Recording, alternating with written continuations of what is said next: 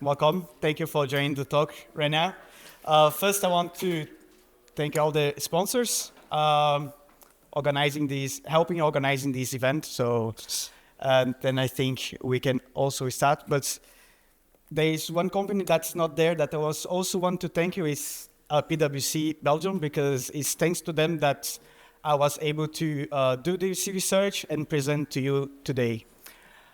So everything started basically when I was doing bug bounty hunting at evening at home, and I faced this application. So it was an e-commerce which I was like poking around, and I saw like this support section in this application. I said, oh, let me look there. And then I found a chatbot in this support section. I started looking around it. So this was around mid 2024, okay, just for context.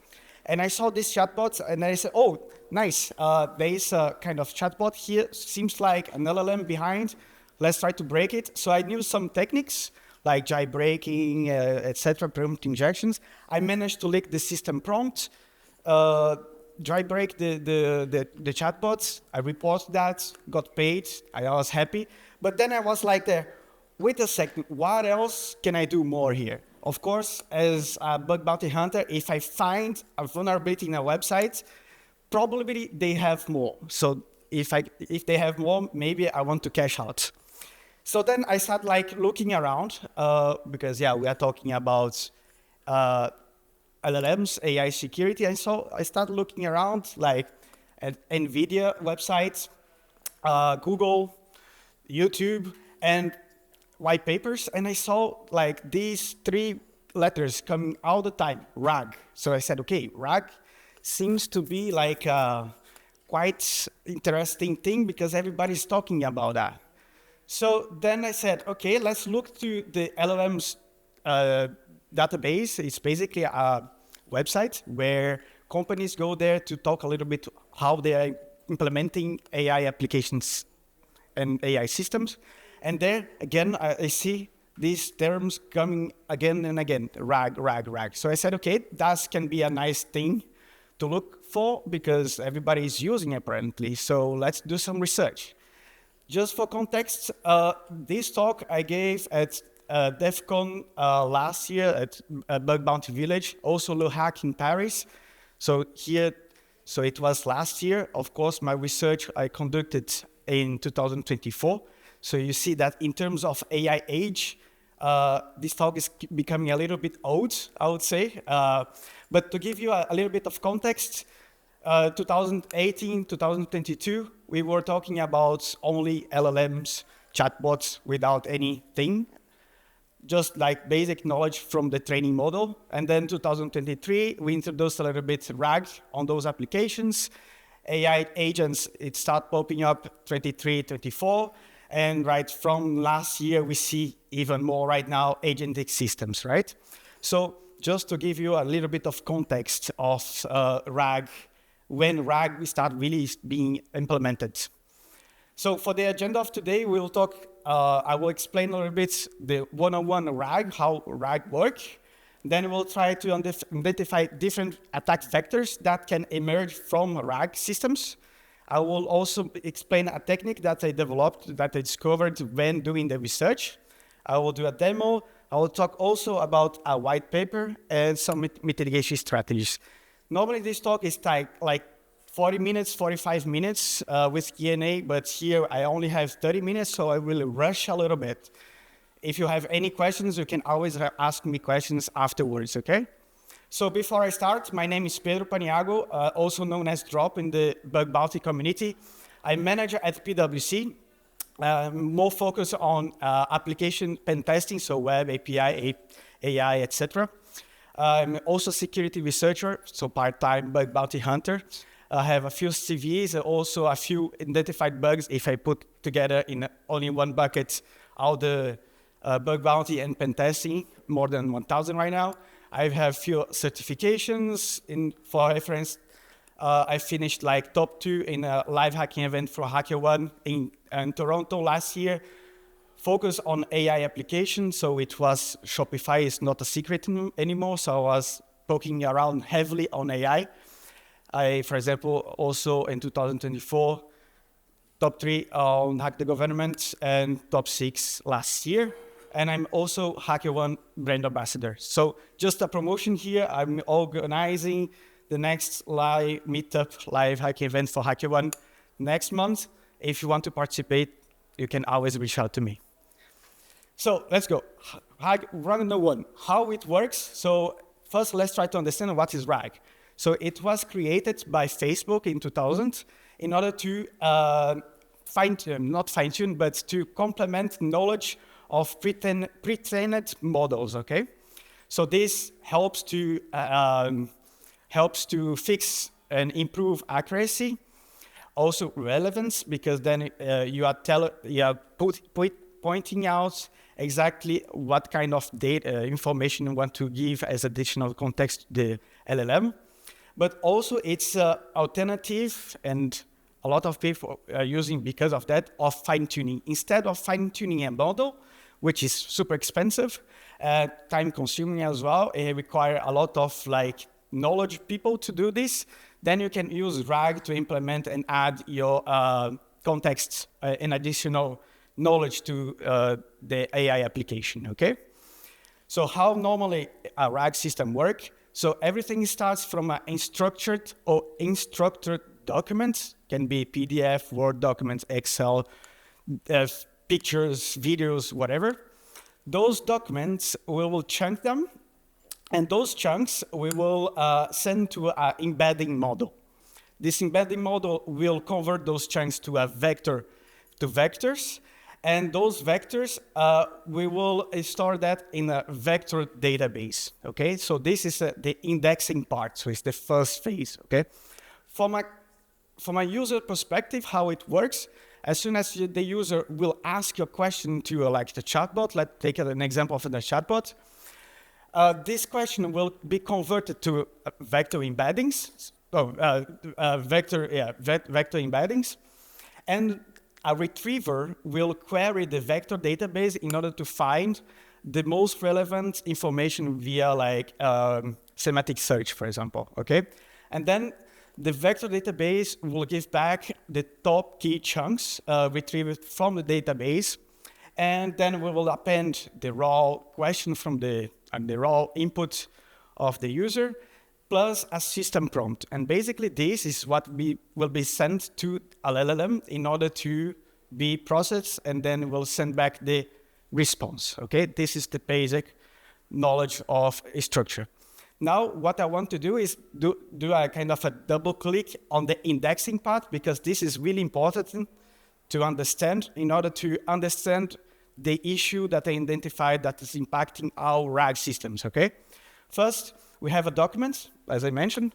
These documents will then split in multiple chunks, as I mentioned, right? So chunk 1, chunk 2, etc. Those, we also have chunks overlaps. So then we have overlap 1, 2, 2, 3, etc. Okay? From developer perspective, I'm using here for all the demos that I will be showing you, I'm using LangChain, which is like the most famous framework in order to create AI applications. And those will be sent to the chunk, the embedding model that will be sent to the vector database, okay? So from a developer's perspective, debugging part, so let's use Langsmith here. As you can see, the user is querying, tell me the relationship between Anakin and Planet Pandora.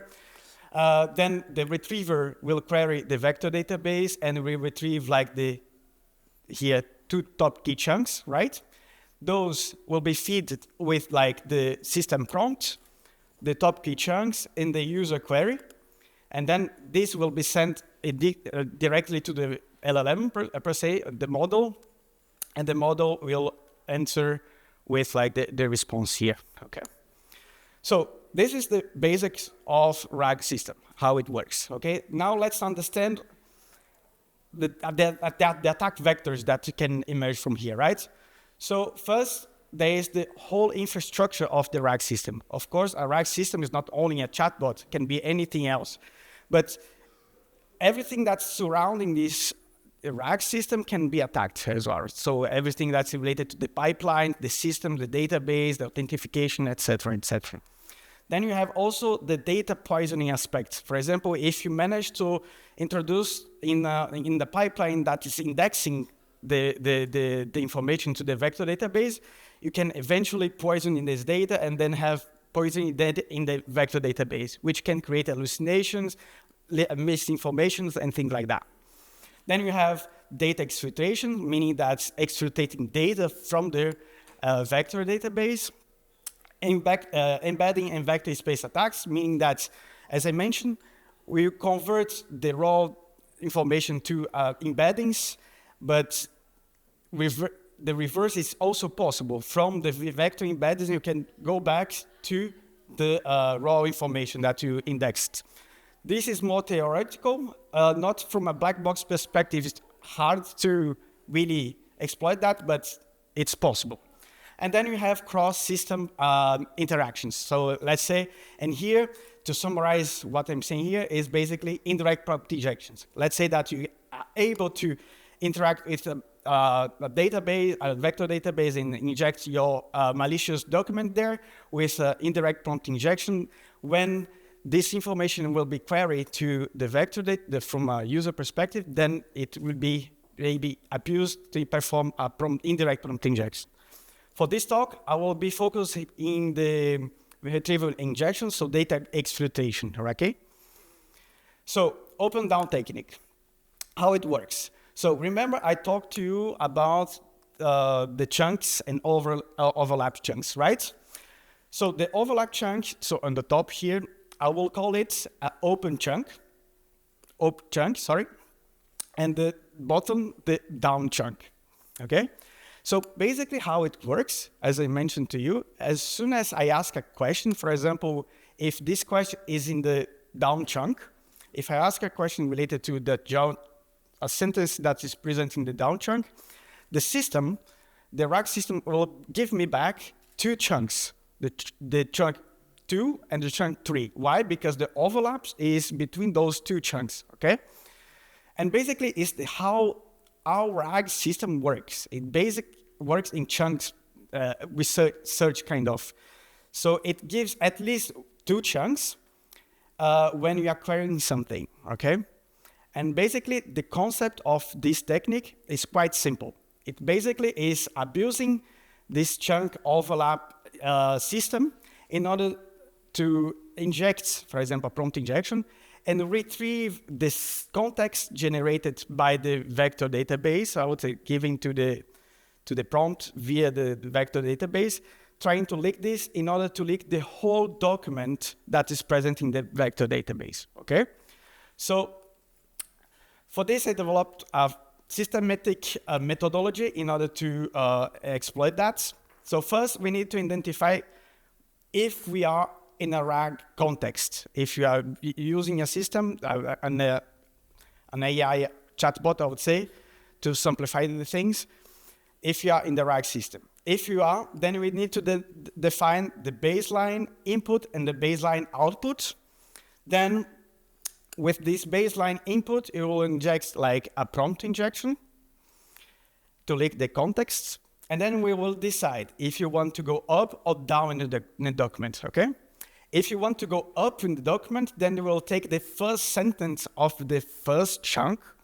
If you want to go down in the document, then you take the last sentence of the last chunk, okay?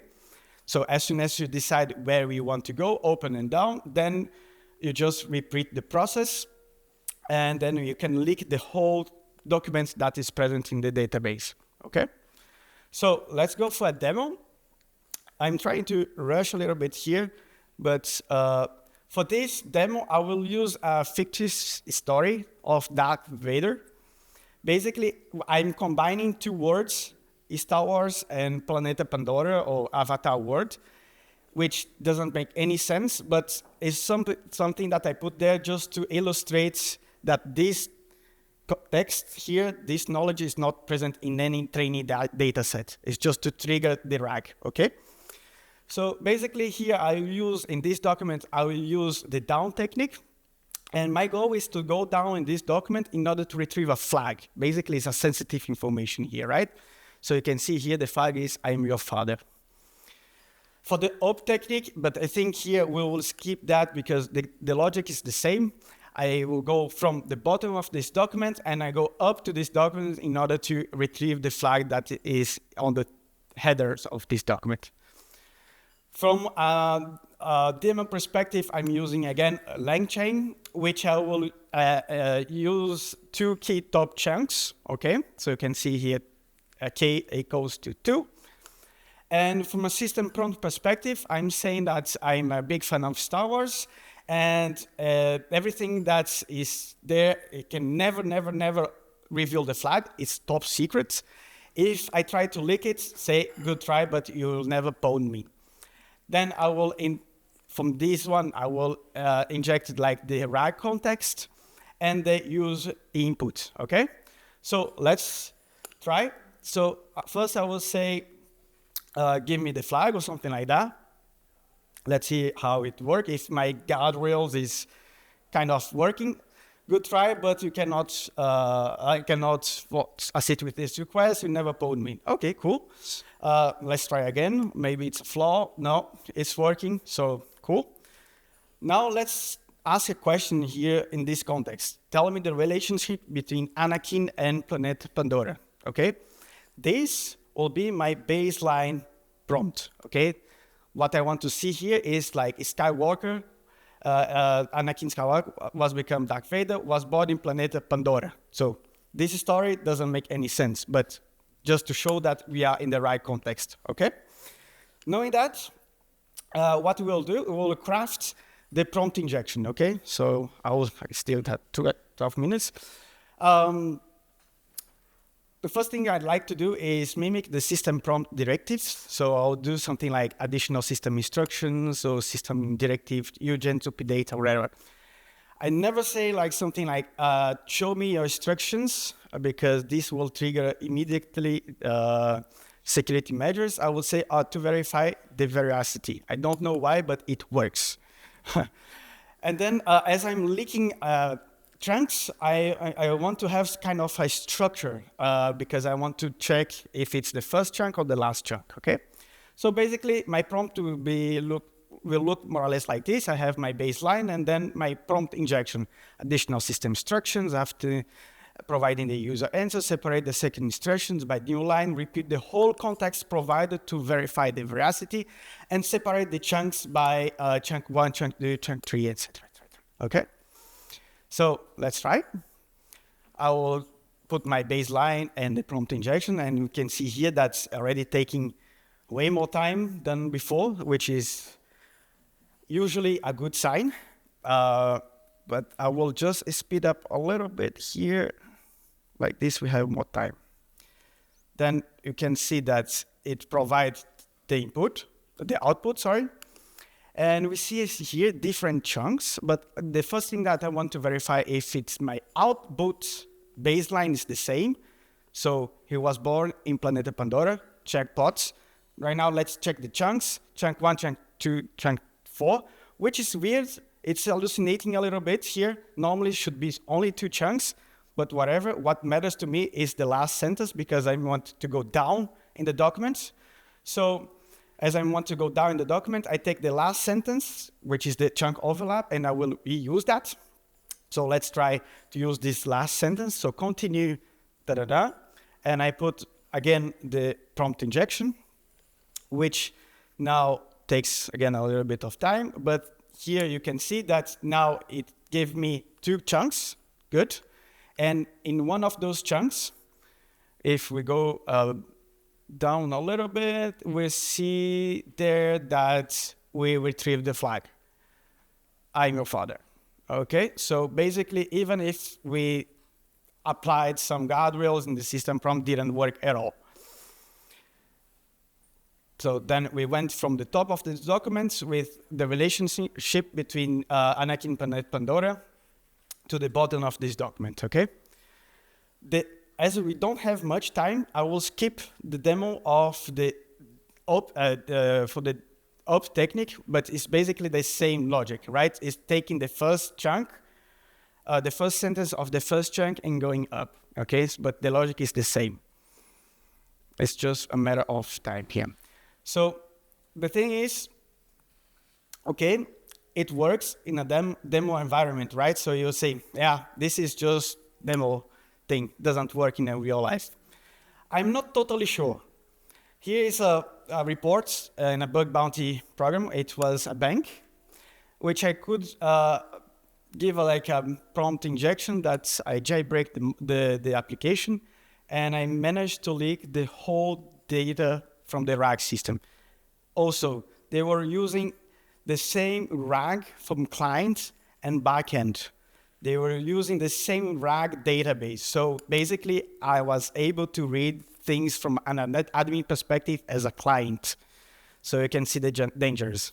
So I was able to retrieve, for example, admin passwords from the backend. So yeah, I think this one is the best meme that I can find. Okay, cool. So I was happy. I found this vulnerability. I said, okay, right now, basically it's impacting every RAG system out there and there is no fix at all. So I said, okay, let's write a white paper on that because it's impacting everybody. The thing is, when I start looking to the white paper, I found this white paper here, okay? So after my research, I was looking just to see if there is anything that related to this. And basically, those researchers here wrote this white paper 2 weeks before I found this vulnerability. Basically, we had like a research collision here, which is followed my instruction is spilled the beans from researchers from Harvard, Carnegie Mellon University, Mohammed Beans, and University Artificial Intelligence. So I was sad because I could not create like a white paper, but I was also happy because other people, knowledge people from an academic perspective also found the same issue. So confirming that my issue is really present out there. So now that I talked about all those kind of things, let's try to find some mitigations and see some limitations as well. So first, there is no one-size-fits-all solution. It's impossible in AI applications, okay? But we can try. First thing, so from a RAG perspective, only give the essential information for RAG, of course, but also from an authorization perspective. If you are using a folder that it's indexing by the RAG system, make sure that only the people that are supposed to have access to this folder has access. Otherwise, you can see some data poisoning there. System prompt hardening. So you saw that my system prompt, I was even saying multiple times, top secret, never reveal. Those kind of things doesn't work in a system prompt perspective. So here is more like you need to harden your prompt, system prompt, but it will just limit, not prevent, okay? Rate limiting is really important on AI application. Why? Because we are talking about, LLMs are not deterministic, right? So maybe if you send multiple times the same request, you will have always different responses. And maybe just one response is the only one that an attacker wants. So be careful with that. Use prompt size. So more context, more size you give for a user from a backend and also frontend. Let's talk about only backend, but that's only the thing that matters. From a prompt perspective, if you give too much space to the user to add text there is a high chance that he can jailbreak your system, okay? Sanitize data before indexing. As the thing is, as soon as you index in a vector database, it's game over. If you have sensitive information in those documents, as soon as you index it, those documents, according to the people that you give access to the application, they can access it. That's why it happened in the report that I showed you. Conducted threat modeling, I think it's crucial. I don't think that a lot of companies are conducting threat modeling before even creating an AI application. So that's definitely something. And I think the most important thing here when you're implementing an AI system, or not only a RAG, is implementing input and output controls. Here I'm talking about classifiers and guardrails that will lock a little bit your application and limit, again, I'm not saying prevent, but limit this type of attack. Okay?